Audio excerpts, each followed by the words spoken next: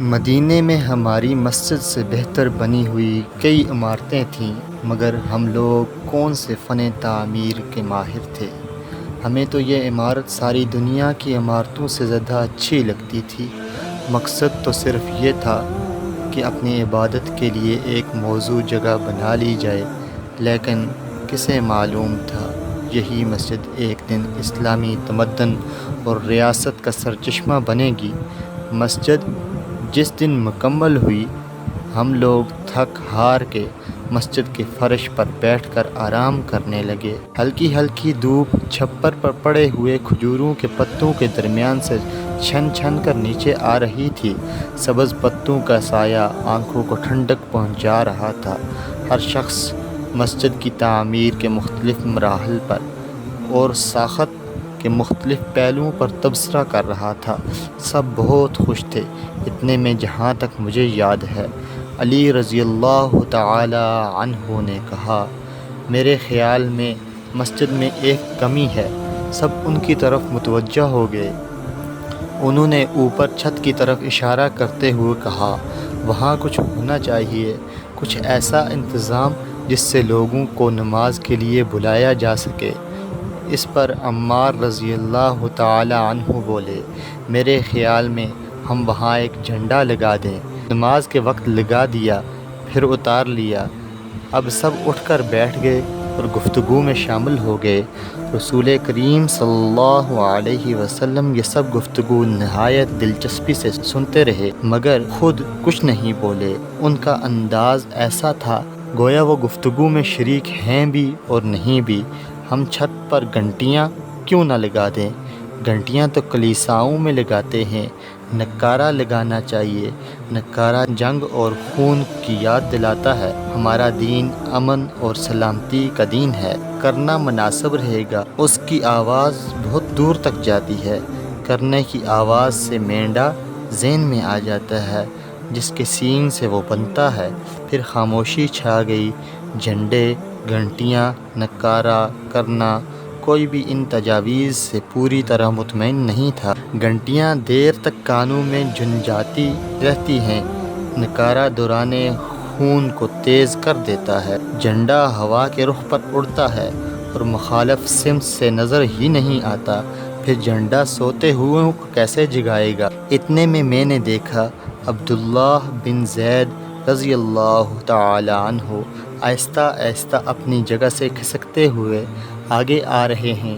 عبداللہ رضی اللہ تعالی عنہ انصار کی طرف سے مسجد کی تعمیر میں شامل تھے۔ میں نے انہیں دوسری بیعت عقبہ کے موقع پر دیکھا تھا اور وہ ان 75 آدمیوں کے وفد میں شامل تھے جو مدینے سے آیا تھا۔ شرمیلے اتنے تھے کہ ڈرتے ہوئے ہوا بھی ان کی حرکت سے مرتعش نہ ہو جائے، مگر حضرت کا یہ شرمیلا نوجوان اگلے ہی لمحے ساری کائنات کو مرتعش کرنے والا تھا۔ میں حضور اکرم صلی اللہ علیہ وسلم کے پاس بیٹھا تھا۔ جب مجھے لگا کہ عبداللہ رضی اللہ تعالی عنہ حضور صلی اللہ علیہ وسلم کو کچھ کہنا چاہ رہے ہیں تو میں نے انہیں اپنی جگہ دے دی تاکہ وہ کچھ کہنا چاہ رہے ہیں اطمینان سے کہہ لیں۔ انہوں نے نہایت دھیمی آواز سے کہا، یا رسول اللہ، میں نے ایک خواب دیکھا ہے۔ سبز کپڑے پہنے ہوئے ایک شخص ہاتھ میں ناقوس لیے جا رہا تھا۔ میں نے اس سے کہا، اے اللہ کے بندے، کیا تم مجھے یہ ناقوس بیچ دو گے؟ اس سبز پوش نے پوچھا، کیا کرو گے اس کا؟ میں نے جواب دیا، اسے بجا کر لوگوں کو نماز کے لیے بلاؤں گا۔ اس پر اس نے کہا، نماز کے لیے بلانے کا میں تمہیں اس سے بہتر طریقہ بتاتا ہوں۔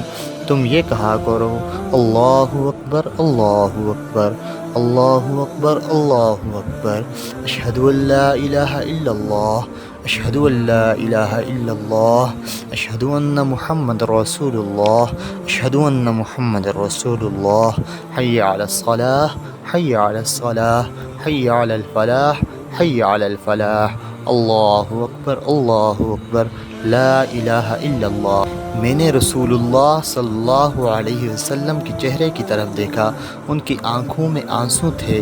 اس سے 1-2 روز پہلے عمر رضی اللہ تعالی عنہ نے بھی اس قسم کا خواب حضور صلی اللہ علیہ وسلم کو سنایا تھا، مگر آپ نے کوئی فیصلہ نہیں صادر فرمایا تھا۔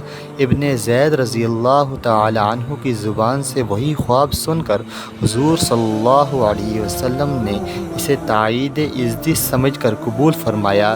کہنے لگے، عبداللہ تمہارا خواب سچا ہے، ایسا ہی ہوگا، نماز کے لیے اسی طرح بلایا جائے گا، کوئی شخص یہ الفاظ کہا کرے گا، یہ طے ہو گیا۔ تو اب سوال یہ تھا کہ یہ الفاظ کس انداز میں کیسے ادا کیے جائیں، میٹھے لہجے میں، نرم لہجے میں، اعلانیہ انداز میں، کتنی دور سے، مرد کی آواز میں، عورت کی آواز میں، بچے کی آواز میں، کسی نوجوان کی آواز میں، کسی بزرگ کی آواز میں، یا بیک وقت کئی لوگوں کی آواز میں۔ بلال تمہاری آواز میں۔ حضور صلی اللہ علیہ وسلم نے میرے کندھے پر ہاتھ رکھتے ہوئے فرمایا، عبداللہ تم بلال کو یہ الفاظ یاد کروا دو۔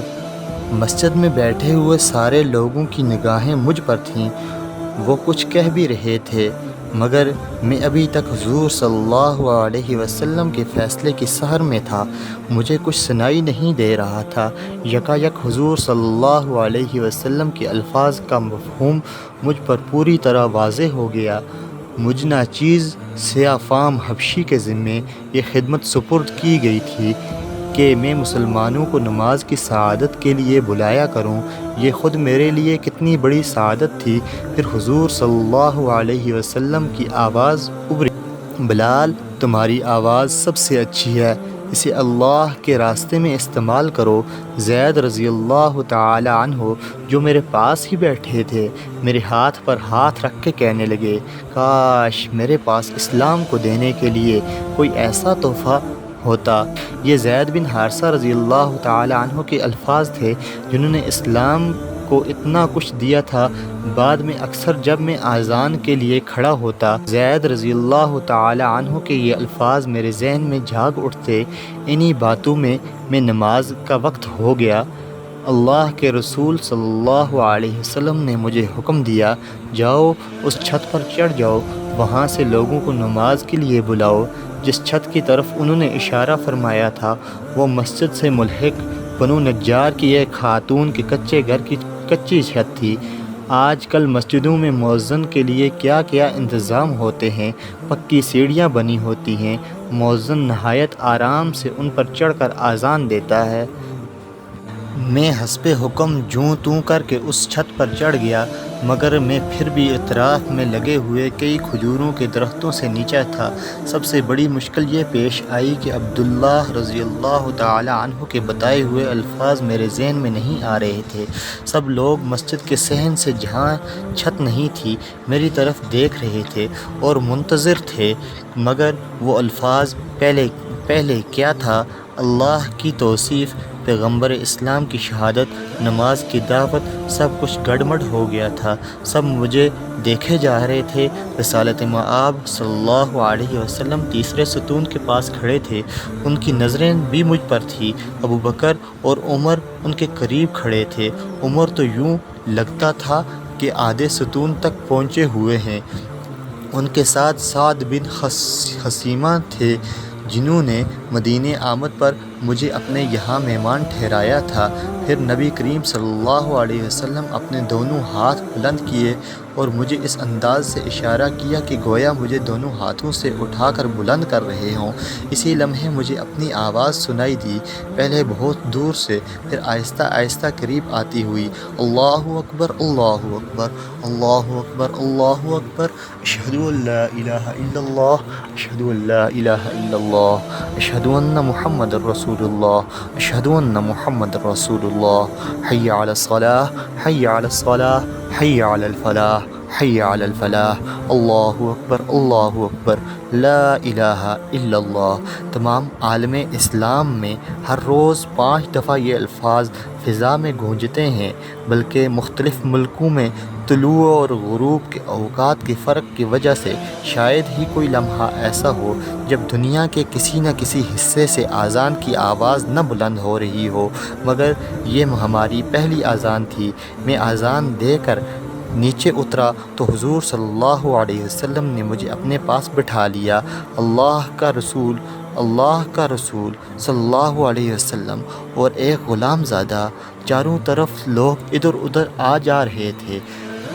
اذان کی آواز سن کر محلے کے بہت سے بچے اکٹھے ہو گئے تھے، جنہوں نے مجھے چھت پر کھڑا دیکھا، اب میری طرف اشارہ کر کے ایک دوسرے سے کچھ کہہ رہے تھے۔ ان کے لیے یہ ایک عجوبہ تھا، سب کے چہروں پر مسکراہٹ تھی۔ بہت دیر تک حضور صلی اللہ علیہ وسلم نے کچھ نہیں فرمایا، پھر میں بھی ایک عجیب سرور سے سرشار تھا۔ اتنے میں ان کی آواز پر چونکا، بلال، تم نے میری مسجد مکمل کر دی۔ ان الفاظ پر میں نے وہیں شکرانے کے 2 نفل ادا کیے۔ بلال حبشی نے اپنی زندگی کا مقصد پا لیا تھا۔ لوگ اگر میرے بارے میں سب کچھ فراموش کر دیں، اور ویسے بھی میرے پاس یاد رکھے جانے کی کیا بات ہے، مگر پھر بھی میں اسلام کے پہلے مؤذن کی حیثیت سے ہمیشہ یاد کیا جاؤں گا۔